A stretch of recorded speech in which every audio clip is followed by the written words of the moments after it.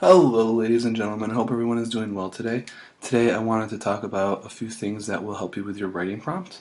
So, first thing, we are taking a look at Rutherfords' gold foil experiment. So, right down here, you have a setup of his experiment. I want to talk about a few things. First thing is he has a thin piece of gold foil in the center. So, think about aluminum foil, just instead of being made out of aluminum, it's made out of gold. Wrapped around, you have this circular fluorescent screen. So when you hear the word fluorescent, think about light. That's exactly what this screen does. This screen would light up as particles would connect with it. So then what would happen is when we shot these alpha particles, at this thin piece of gold foil, some of them would deflect, and we would be able to see where they deflected and what part of the screen they hit, because when the particles would collide with the screen, it would make a little light. One thing worth knowing is we have to know what alpha particles are. Alpha particles are made up of 2 protons and 2 neutrons. So this means that alpha particles have a positive 2 charge. This positively charged alpha particles will be important later. So we played with this simulation for a little bit. So really quickly, what I wanted to show you guys. So hopefully what you saw when the protons were at 20 and we start shooting the alpha particles, some of them would deflect when they got close to the center. Remember this little yellow thing in the center, that is the nucleus.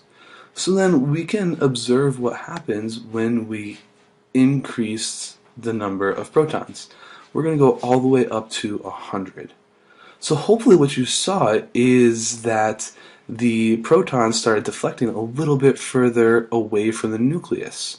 So we can look back at our paper, and that is one of our questions. So you'll see a lot of the similar stuff on the front and the back. Just the way we look at the pictures is a little bit different. The ones on 5, 6, and 7, we have a little bit more of the nucleus drawn. That way you can see that as it goes from 20 protons to 100 protons, the nucleus gets larger. What you also see as you go from 20 protons to 100 neutrons is as the nucleus gets larger, the alpha particles are repelled at a further distance away from the nucleus. So in number 5, the alpha particles don't deflect unless they get close by. In number 7, they deflect when they are further away. The situations are different because we have more protons in 7. So one of the important things is one of the conclusions questions. So why were the alpha particles deflected by the nucleus and not attracted to it at all? So it's because of the positive charge. So one of the things we talked about with the alpha particles is it's really important, that positive 2 charge. So what kind of happens is what happens with these magnets. So watch what happens. So when these lines match up, I'm putting the same charged side of the magnet close to each other, so it would be like putting 2 positive charges next to each other. Watch what happens as I bring the one magnet closer to the other. Oh, I guess they connect. What happened? Maybe it's the other side?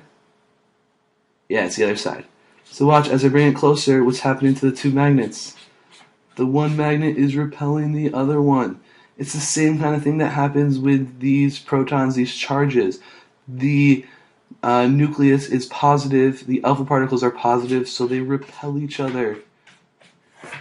So then the other question that we need to talk about is the plum pudding atom. So if we look at the plum pudding atom, remember the plum pudding atom has positives and negatives all mixed together in like a giant lump.